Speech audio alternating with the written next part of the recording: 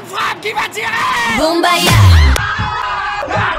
On part sur une grosse explication car la capacité de Yuki va très très loin.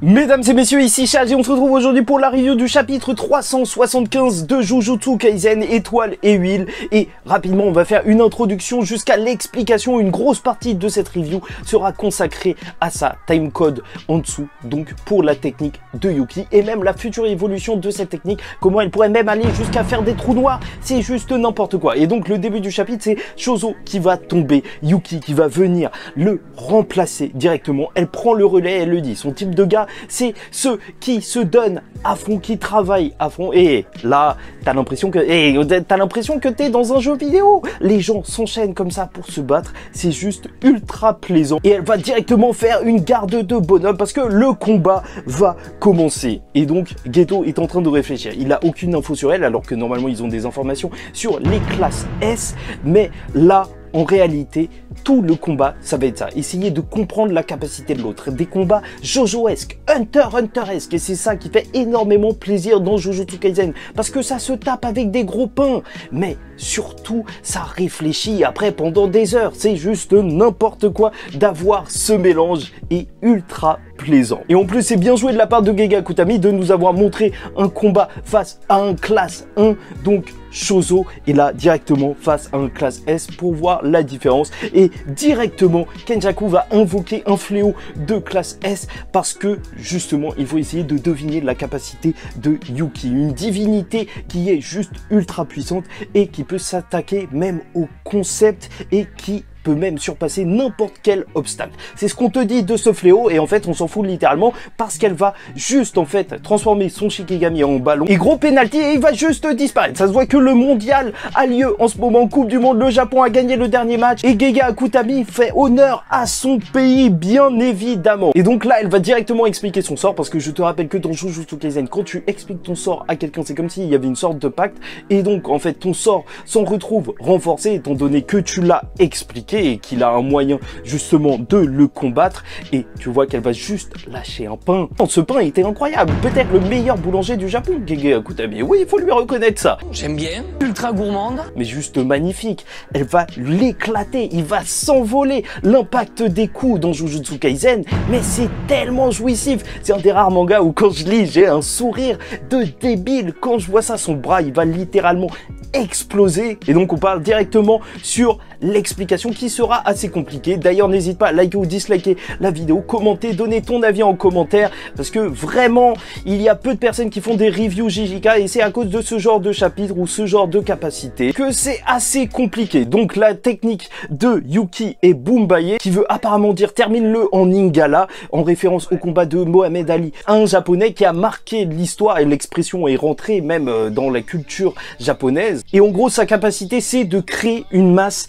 imaginaire. Voilà, qui n'appartient pas à des règles de la réalité ou plutôt virtuelle. Mais bon, on va pas commencer à s'embrouiller sur ça parce que ça va aller très très loin. En fait, c'est comme le violet de Gojo. La réalité physique ne s'applique pas, donc son poids ne change pas alors que sa masse, en réalité, elle a changé. Elle peut foutre des points qui ont la masse d'un immeuble. Donc voilà, le coup aura cet impact-là, sauf qu'elle n'en a pas les inconvénients. Elle va pas être plus lente ou autre. Et c'est clairement pas la chose la plus forte de sa capacité. Je te rappelle qu'il l'utilise en ce moment des consultants qui ont travaillé sur Dr Stone justement pour écrire ses capacités de malade et franchement, il le faut, hein, parce que ça part dans des concepts de physique qui vont très très loin, mais bon, on connaît pas l'énergie occulte que ça prend, donc on connaît pas les inconvénients et toutes les réalités de cette capacité. Dans tous les cas, c'est vrai qu'on pouvait s'attendre à une technique au corps à corps, comme je vous l'avais dit lors des précédentes reviews, parce que c'est la sensei de Todo. Et je t'avais dit que Gege Akutami, en plus,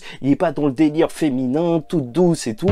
Non, elle fout des gros points. Franchement, je la voyais même partir carrément dans un design monstrueux. Mais non, pas du tout. C'est juste une bête sauvage, littéralement. Et son Shikigami qu'elle utilise, le Zombie Maru du pauvre, est un Shikigami qu'elle a transformé en arme maudite grâce à sa capacité et qui est affecté par sa capacité. Il y a juste elle, et donc ce Shikigami dont la masse peut être changée. Et voilà, c'est assez intéressant qu'on te parle d'armes, parce qu'on apprendra par la suite que cette arme nommée Garuda, elle a justement une capacité qui est plus ou moins indépendante de celle de Yuki, même si elle est fatiguée, même si justement elle ne peut pas bien utiliser ses capacités après une extension de territoire, elle peut quand même continuer d'utiliser son Shikigami, et ça c'est juste énorme. Et en plus de ça, d'après la définition de Kenjaku d'un classe S, alors elle doit avoir une extension de territoire avec une sortie d'énergie occulte juste dévastatrice. Et en fait, la vraie force de sa capacité, on en vient à la deuxième partie,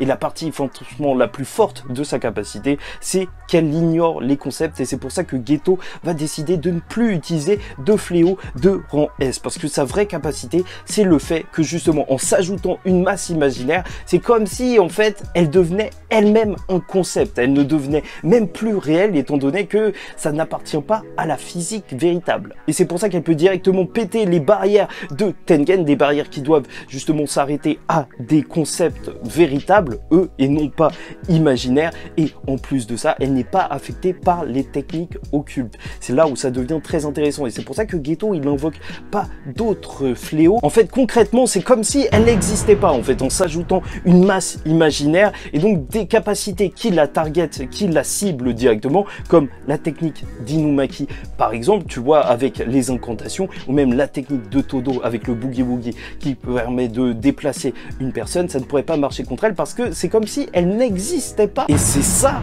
sa plus grande force au final. C'est juste n'importe quoi. Vraiment juste n'importe quoi. D'ailleurs, n'hésitez pas à aller checker sur TCB Scan. De toute façon, je vous montre les pages ici rapidement. Ils ont fait un énorme travail de recherche, c'est en anglais, mais c'est juste ouf ce qu'ils font. Bon, bref. Et maintenant, parlons de l'évolution de ses capacités. On va aller sur quelque chose de plus simple, t'inquiète pas. Et bon, je vais pas te mentir, c'est assez compliqué vu que la masse, elle est imaginaire. Je connais pas forcément les propriétés qu'elle pourrait avoir, donc sa masse. Mais en théorie, si sa masse, elle est énorme, alors elle pourrait augmenter sa densité corporelle, et donc à partir de ce moment-là, si elle est hyper concentrée, si justement tout le poids est concentré, alors elle pourrait même s'en servir comme une sorte d'armure, et là elle pourrait être littéralement intouchable. Vraiment, tout ce qui pourrait la toucher, même les balles et tout, ça ne lui ferait rien. Bon, autre chose de beaucoup plus simple, si elle tire dans son ballon de foot, là, en vrai, elle a juste à lui ajouter ensuite la masse imaginaire une fois qu'il est dans le ciel, et peut-être que ça peut faire l'impact d'une météorite et détruire un pays d'un seul coup. Tu vois, ça reviendrait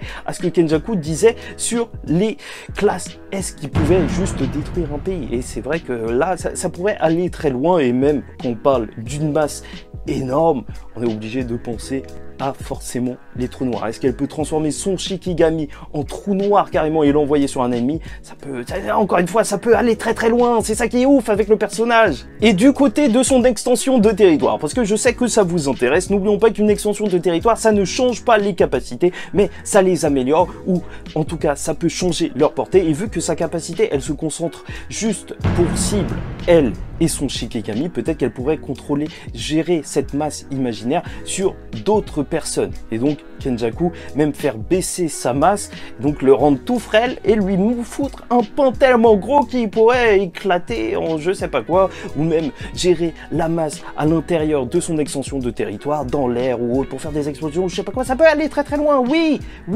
non. Franchement, ce chapitre m'a explosé le cerveau. Bon, et on en a enfin terminé avec Yuki. N'hésitez pas à rajouter des choses en commentaire, me dire si je me suis trompé à certains endroits, mais normalement j'ai fait beaucoup de recherches, et donc on parle directement sur les capacités de Kenjaku, puisqu'on va aussi avoir justement de la réflexion du côté de Yuki, qui se dit que voilà, déjà il a la capacité de changer de corps, et Uzumaki en plus lui permet d'utiliser la capacité d'un fléau, et là elle estime que sûrement en fait quand elle peut utiliser la capacité d'un fléau, elle peut ne le faire qu'une seule fois, donc elle ne pourrait pas réutiliser les capacités de Mahito qui ont été utilisées à la fin de Shibuya. Voilà, ça y est, ça c'est dit. Et grâce à Shuzo, elle sait qu'il a une capacité liée à la gravité, et ça c'est intéressant, mais elle se dit qu'au maximum, il pourrait juste en avoir une autre secrète, étant donné que son cerveau, justement, sa mémoire, elle serait surchargée d'informations. Comme quoi, il y a une limite même à l'illimité, en vrai, et Yuta, en fait, c'est différent parce qu'il utilise Rika afin de, justement, gérer les copies des capacités. Après, reste à voir si Kenjaku, il obéit vraiment à ses règles par rapport au cerveau. Peut-être qu'il peut en stocker plus, vu qu'il peut carrément changer de corps, et donc son cerveau, peut-être qu'il est assez particulier. On ne sait pas, en fait, tout a un prix dans Jujutsu Kaisen, de toute façon, donc on verra bien. Et le combat est fou, c'est vraiment ça en fait. Ils sont en train de jouer avec leurs cartes. À chaque fois, ça représente leur capacité, des atouts qu'ils ne doivent pas gâcher en les utilisant. Et les deux se font la même conclusion, c'est que ce combat les fait chier. Et je trouve ça juste génial parce que oui, des classes S qui se battent, c'est un combat réflexif. Parce que leur capacité est quasiment infinie à chacun. Et c'est ça qui est complètement fou. Donc il faut juste trouver le moyen de contrer l'autre. C'est la seule solution. Et le plan de Yuki pour combattre Kenjaku, c'est de le forcer à utiliser son extension de territoire et justement réussir à le retenir jusqu'à ce que celle-ci soit terminée. Et à partir de ce moment-là, vu qu'après une extension de territoire, ton énergie occulte, elle est diffuse, alors tu es moins puissant et donc là, elle pourrait attaquer. Même si sa propre énergie, donc, elle est faible après son extension, à elle, s'il y a un combat de territoire, alors elle aura son Shikigami, elle, pour l'aider avec sa masse imaginaire, encore une fois. D'où le fait que c'était important, justement, que son Shikigami était plus ou moins indépendant d'elle, vraiment comme une arme. Du coup, il se rend bien compte que justement, leurs capacités, elles sont pas bonnes pour un match-up. Parce que d'un côté, t'as Yuki qui ignore les capacités grâce à sa masse imaginaire, et Kenjaku, en fait, sa spécialité, c'est d'avoir plein de capacités, même avec ses fléaux. Et de l'autre côté, t'as Kenjaku qui utilise la gravité, possiblement, et la gravité face à la masse, même si c'est une masse imaginaire, je pense que ça peut avoir des répercussions. Kenjaku, il va directement utiliser son extension de territoire parce qu'il se dit que c'est assez étrange que Yuki ne l'a pas directement utilisé et donc que justement elle ait peur que son extension, parce que je te le rappelle, l'extension qui gagne lors d'une bataille de territoire, c'est celle qui est la plus affinée, la plus réussie, et donc là, il se dit qu'il aurait peut-être l'ascendant. Et c'est ça qui est fort avec Jujutsu Kaisen. Même ce que tu fais pas, c'est déjà quelque chose qu'il faut retenir et que tu peux utiliser face à quelqu'un d'autre. Oui, c'est complètement fou, même ce qui n'a pas été fait. Et donc là, il va la lâcher et tu vois un arbre avec des corps, des visages, c'est juste affreux. Ça va tellement bien avec justement Kenjaku scientifique fou, et Yuki va appeler Tengen qui va utiliser quelque chose, sûrement une barrière, parce que je te rappelle que les barrières sont liées à l'extension de territoire et que c'est le meilleur utilisateur de barrières après Kenjaku. Donc en vrai, ça semble même quasiment logique que Kenjaku, il aurait justement une des plus puissantes extensions de territoire, étant donné qu'il est le deuxième meilleur utilisateur de barrières. Et donc là, Tengen pourrait peut-être réussir à le contrer. Donc reste à savoir réellement ce que va faire Tengen. Est-ce qu'il va justement mettre une barrière autour de Yuki pour annuler les sorts qui arriveront vers elle ou autre? Je ne sais pas. On verra bien. Est-ce que le territoire de Kenjaku est comme celui de Sukuna ou celui de Megumi, sans barrière, et donc qu'il ne garantit pas les coups sur une personne? Et en plus, il y a le mystère de qu'est-ce que c'est que cette extension de territoire, vu qu'il a plusieurs capacités. Est-ce que justement c'est une extension liée à la gravité, aux techniques de Geto ou autre? Je ne sais pas. Franchement, c'est un très grand mystère. Parce que même il a plusieurs extensions de territoire. On verra bien. Ce combat promet, et juste, je terminerai par ça, une chose juste incroyable. Quand on se rend compte de la puissance des classes S, de Yuta, de Kenjaku, de Yuki, c'est juste fou, justement, de se dire que Kenjaku avait peur d'affronter Gojo. My best friend!